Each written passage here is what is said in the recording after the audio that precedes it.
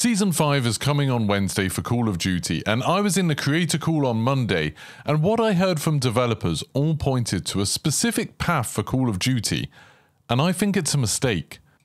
The developers of Warzone are focusing on trying to keep the top players happy, at the expense of literally everybody else. Arguably, this is what they've been doing since Modern Warfare 3 launched, with its focus on fast time to kill weapons with easy recoil, slide cancelling, giving Warzone players as many huge advantages as possible if they know where to go, with things like the tactical sprint boots, specialist perk packages and foresight. The skill gap has got bigger, and like I've been saying for years, when this happens, normal people stop playing the game. At the time of recording this, Call of Duty has 44,000 players on Steam, and that's the only platform that we can get numbers for. While that doesn't tell us anything about how many people are playing overall, you can compare it to other times and see what the player count was on Steam at those times. So this is less than half as many people as were playing this time last year, and about 10% as many people as were playing when Modern Warfare 2 launched.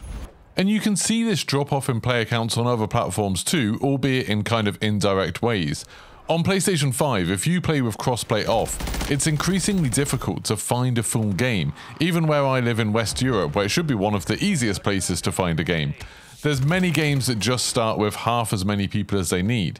If you turn crossplay on, or you're playing on Xbox or PC, then you often find yourself in quite laggy games, or in lobbies with a mix of some kind of terrible players, some players who seem like they're really new, alongside a few extremely good players who are running around racking up 20 to 30 kills.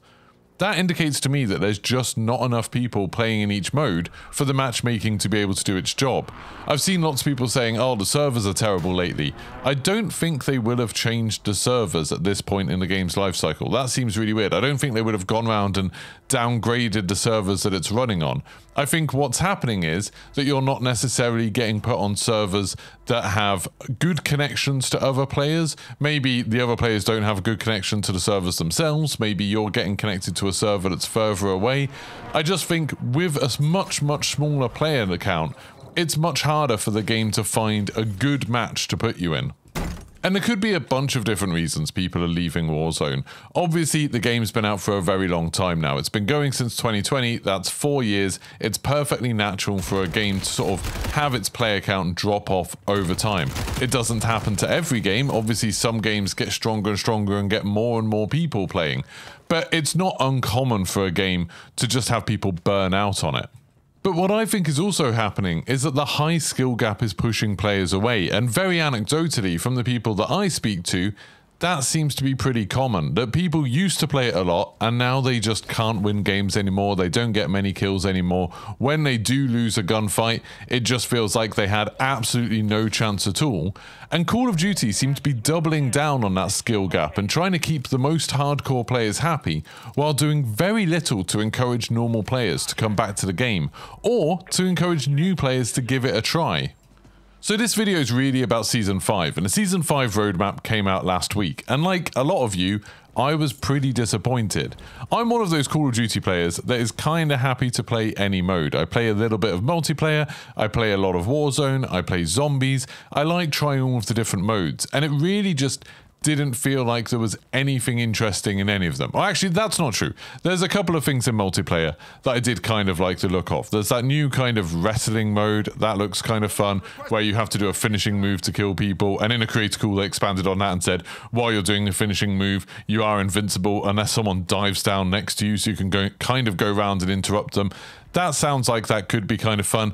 And there's that other new mode where there's a bunch of different mini games and you have to kind of quickly work out what you have to do.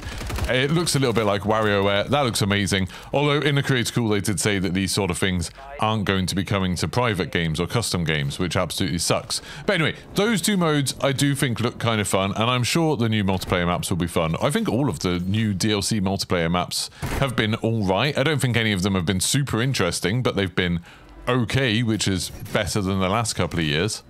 But I want to focus on Warzone in this video, and the only new point of interest for any Warzone map is a point of interest that we had before in Verdansk, with Superstore. The big new mechanic that they're adding to this season is the group portable redeploy drone, which is something that we already had in Caldera. There's a few variations on bounties we already have. There's a public event that uses a bounty we already have.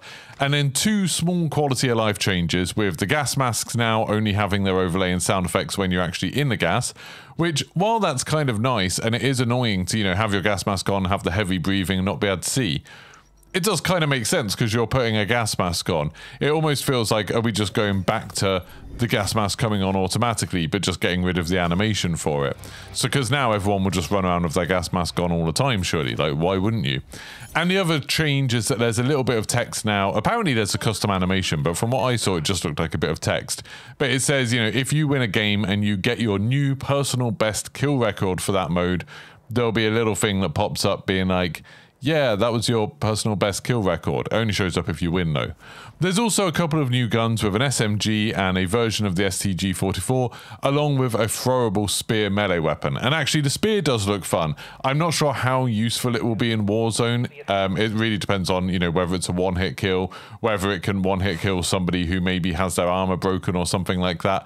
I'm sure it'll be fun to try and use, but I'm not sure it's going to work its way into the meta at all.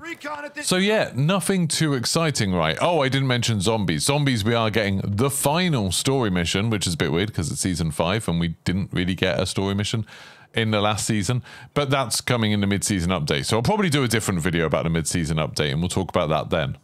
But in the creator call on Monday, we got a little bit more context for these changes. That's normally what they are. So in the creator calls, I think people have a weird idea of what they are. Basically, it's a presentation. They give us a presentation, and at the end there's some time for like question and answers, but only about things that are in that season. You know, they don't want us asking about, is Verdansk coming to Warzone? Is Ranked coming to Big Map Warzone? And things like that. They really just want us to focus on season 5 in this case. And normally they just have a bunch of the developers from the various different teams going through saying, hey, these are the things that you already know about because of the blog posts, but this is kind of our reasoning for them, or this is what we're hoping to achieve with them. It's that kind of thing, which I find super useful, hearing what the developers have to say. But we don't tend to get much like new information in it, really. So in these creator calls, most of the content creators aren't like me. And I'm guessing if you watch my videos a lot, you'll know this already. They are super good at the game. For a lot of them, it's the only thing that they play, and they constantly want a bigger skill gap because it allows for more impressive content. They're already on the kind of upper end of the skill gap, so by stretching the skill gap out, they're going to be even further ahead of normal players, so that means they'll be able to get higher personal bests, they'll be able to get more impressive kills, more nuke runs, more streaks of wins, all of that kind of stuff. So I can imagine that maybe the developers were kind of trying to focus on impressing those people and trying to make those people happy. But it does worry me a little bit that that's pretty much all they were trying to do. So let's start with the big addition to Warzone, Superstore. This is the fabled hot drop from Verdansk, the place where the sweatiest players would drop to pump up their kill counts as early as possible and get a bunch of cash to start off their games. If you weren't really good, you'd drop somewhere else in Verdansk and then it would take you a bit longer to get your loadout, etc. But if you were super confident, super aggressive, you could land there, clear it out, and then be ready to get your loadout immediately. It's back, and it's designed to do the exact same thing. They're filling it with the best loot, they've said, to keep it a hot drop, so they want people to go there at the very beginning, and they've changed a few little bits about it, like there's more cover on the roof, and there's a new route to get inside. There's like a rope that goes from the middle of the roof to the insides. The best players who play Warzone currently are going to know this is where you should drop. And they've already played it for like 2 years while it was in Verdansk. Even with the changes, the developers have said you'll be able to find it familiar. So the best players are going to drop in straight away and have a huge advantage over the people who maybe didn't used to drop in Superstore all the time, or the newer players who haven't even played on Superstore before. So those best players will be able to get a bunch of kills early on and then get all of their loot together to give them a chance of getting their loadout faster. It's kind of an advantage for those best players. It's also worth a little aside here that when Warzone Mobile came out, where you can play on Verdansk, and you can play that right now if you want to, it's free. I don't agree with the monetization and stuff like that, but you know, you can play Warzone on your phone and that's pretty cool. In that, I expected Superstore to be a hot drop like it was back then. And hardly anyone ever seemed to go there. In all the games I was playing back before they made it so you were pretty much just playing against bots, I hardly ever saw real players drop there. And I've got no idea why that was. Maybe there's some sort of difference, you know, people don't want to get into these kind of quick gunfights when they're on mobile or something like that. Or maybe people who have played a lot of Warzone are just kind of bored because they've dropped there dozens of times already. Anyway, back to Warzone and Season 5. Along with Superstore helping the best players to get their loot early, there's also elite contracts. These are the same as regular contracts, but with a shorter timer and insanely powerful rewards. I would say these rewards are way too strong. So if you're more confident moving around and getting those contracts done, you know the map well, you're confident sort of moving across the map to get something like an intel done, or, you're happy to go get a bounty done much faster, you can get rewarded with things like Specialist, Foresight, or an Advanced UAV straight off. I'm not sure if they give you a bunker key card as well, but if so, a team could very, very quickly end up with kind of 2 specialist bundles for their team just by dropping on one of these contracts. There's 3 of them at the start of the match, so 3 of the best teams will probably go get them. They could go do that, get one of those rewards, and then immediately have things like 2 lots of Specialist or Foresight as well as Specialist and an Advanced UAV. It means that the players who are able to do those are again going to start with an incredibly powerful advantage over everyone else. Then there's the new field equipment, the RDB, or the Redeploy Drone Balloon. We had these in Caldera before, and it's basically an item that you can throw down to summon a redeploy drone immediately, and your whole team can use it. In Caldera, this meant the best teams could constantly rotate around the map quickly. They'd drop as a whole team on absolutely anybody else with bounties. Normally the best teams would kind of go around, get a bounty, throw one of these drones up, and the entire team would immediately land on the person who just got the bounty on them and absolutely wipe them out. They weren't always a huge problem in Caldera, but you could always tell if you were in a lobby against really, really good players, the lobby would die off so much faster because these teams would be rotating around so quickly, hunting down everybody. A lot of the content creators I used to play with in the Caldera time, so like Benny Central, Jaff, Tactical Brit, Broken Machine, that's how they would play, just constantly redeploying to go fight teams and absolutely wipe them. One of the new weapons they're adding this season, the SMG, is described as having powerful recoil, but in the creator call, they specified it's a very particular consistent pattern, and that means you can learn to control the recoil every single time, and it gets very high multipliers for head damage, so it won't do that much damage if you shoot people in the body, but if you shoot people in the upper chest or the head, it'll do a bunch of damage. So that means if you're really good at FPS games, you're one of those people that knows how to control recoil if it's got a set recoil pattern, you'll be able to use a super high capacity, high mobility SMG accurately, while other normal players who don't learn recoil patterns, and I hate to tell some of you this, but normal people who play video games don't learn recoil patterns, they're going to find it much, much more difficult to use. If you're playing on Resurgence in Season 5, there's a new public event where everybody gets a bounty contract.